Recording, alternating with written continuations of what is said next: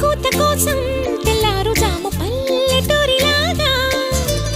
ఆగనే లేనుగా చెప్పవా నేరుగా గుండెలో ఉన్న మాట ఏ ఒకటి రెండు మూడు అంటూ అరే ఒక్కో క్షణాన్ని